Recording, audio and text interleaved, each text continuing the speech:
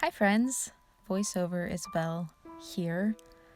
It's been a while since I've done a video that didn't have a set topic for the voiceover, so we'll see where this goes. I'm recording in my closet and I'm already out of breath, so we're off to a great start. It's also 8 o'clock at night on Wednesday, the day before I'm uploading this, so we'll see how this goes. Anyway, with this piece, I was not really planning anything specific. I didn't really have a plan of any sort. I honestly was just bored during a Zoom meeting. I don't remember which one because there's so many of them now, but I was bored and I just was like, I don't feel like sketching in my sketchbook. I'm going to sketch straight on the watercolor paper. So I did that. So I just kind of combined a couple of reference images, changed some things up. So this sketch isn't based off of any one particular image, and the colors and the lighting situation I just kind of came up with on the spot. I honestly don't usually look at reference pictures that often after I've done the basic sketch. I mainly use reference images to get, the basic shapes and proportions down. Sometimes I'll use them for color or lighting, but like I said, I didn't really have a specific plan for this piece, so I wasn't too worried about that. But for example, if I'm doing like a painting that's a value study, I'll make sure to have a reference image that has good values and I'll pull that up. Or right now I'm doing 30 days of gouache hands challenge on Instagram. Shameless little plug there. Because I want to get better at gouache and also painting hands and drawing them. So I do have the reference image pulled up most of the time that I'm painting those, because it's not something that I'm super comfortable with. And yes, I'm aware that last week's video was about drawing hands, I know. Which is why it was really nice to get back to a little bit of watercolor. I'm not sure why I didn't just record the process of painting some of those hands. That would have been a way better use of my time and a better way to self-promo that. Anyway, it's fine. I like this piece. I'm glad I made it, so there's that.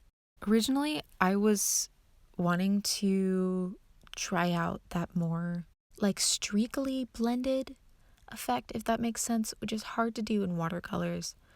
I think I've seen people mostly do it in oils, where they sort of take two colors and lay them out together, like next to each other horizontally, and then just pull them up and down vertically.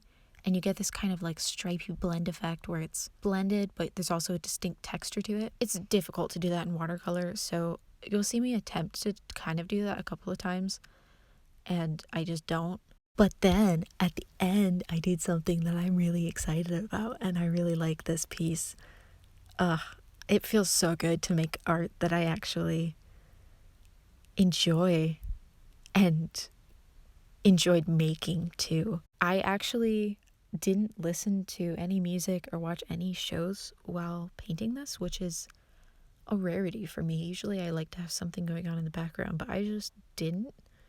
And so I just got swept into this process and I just kept painting and painting until I finished, and it was so nice. It was really nice. So that's a thing. I was trying to incorporate lots of different hues in the skin tone for this piece. So I went pretty heavy with the, red in her cheeks, and then also using a lavender color as shadows. I'm still trying to figure out what sort of shadow colors I like using, because sometimes I think, a lavendery blue kind of shadow looks really nice, and then sometimes it looks really good to have a super saturated, like brown orange color. I don't know. I'm still figuring it out. I guess it changes depending on what skin tone you're painting. But yeah, I don't paint realistic skin tones that often, although I think I've painted them in higher proportion on this channel than I normally do. So I don't have much practice with them, but I'm really happy with how this little lady turned out. At the beginning, I was going pretty light, and I just went really heavy with the layers, and it looks a little funky for a bit, but then I added in the dark background and then everything looks really washed out and I had to fix everything and it was a whole ordeal. It's really amazing how much adding dark background values or just any really dark value changes the entire piece. Because you'll see once I add the background, which we're not there yet, we won't be there yet for a bit, but once I add that background, it changes drastically and it's crazy. So I guess that's something to keep in mind, that your values are probably off if everything's really light. I mean, obviously you don't have dark values, so I don't know, I'm rambling, I'm tired, sorry. The bird was an interesting choice on my part because, fun fact, I have a fear of birds. So I'm not sure why I decided that it was a good idea to paint a bird. I mean, I really like how birds look in art, but I just can't stand birds in real life. I'm always afraid that they're gonna fly at me and attack me. And also dead birds. I can't handle dead birds. Sorry for putting that image in your brain, by the way, of dead birds. That's why my cat is an indoor cat, because I would not be able to deal with it if he was bringing birds back. Anyway, that's kind of off topic, but I decided to draw a bird because I saw a picture where there was a portrait and they had birds around them and I thought it looked cool. So I decided I wanted to put a bird in a portrait because I'm original like that. And then for some reason I decided I wanted the bird to be yellow, just like bright yellow. And so, okay, we rolled with that. And then I was like, what if the bird was glowing? Okay, we'll make the bird glowing.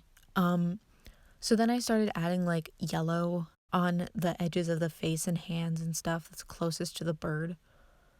But then I'd also already put like some weird shadows that didn't line up with the idea of the bird being the light source. So I guess the what you can get from that is that you should plan out your light sources beforehand and don't decide after you've painted the entire face that actually the light source is going to be on the other side. Just passive aggressively shaming myself there. I don't know. I like how the bird turned out. I think it could be a little more recognizable as a bird. The reference that I was using didn't show the bird's face, which was nice because I don't like their eyes. But whatever. I mean, it's a bird. It's recognizable, right? I mean, it might not be the most perfect bird in existence, but it's a bird.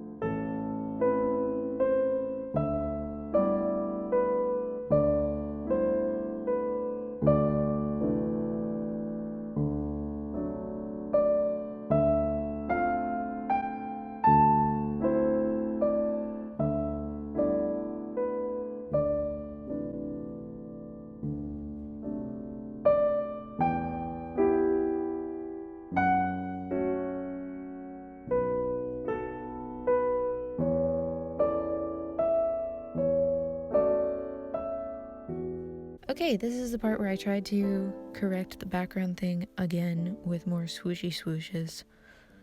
And didn't go dark enough because I'm afraid of going dark, which, by the way, has been a problem with gouache because I make things really light to begin with, and then it's really hard to make things dark and also vibrant and saturated at the same time. It's easier with watercolor because you work light to dark anyway and you just build up, but with gouache, it's like you have to add white to lighten things, and then when you try to mix in something else to make it darker, but you already have white in the mixture, it's just this whole mess. But I'm learning, you know? I'm actually a couple days ahead on the hand challenge. Yeah, we're back to that, by the way. This is all over the place. Apologies. With the hand challenge, I'm a couple days ahead, and so it's kind of fun to see each day as I post it and be like, oh, I am so much better than, I think I'm like 3, maybe 4 days ahead. Oops, sorry, secret spilled. All of the tea, sis. Okay, I need to chill.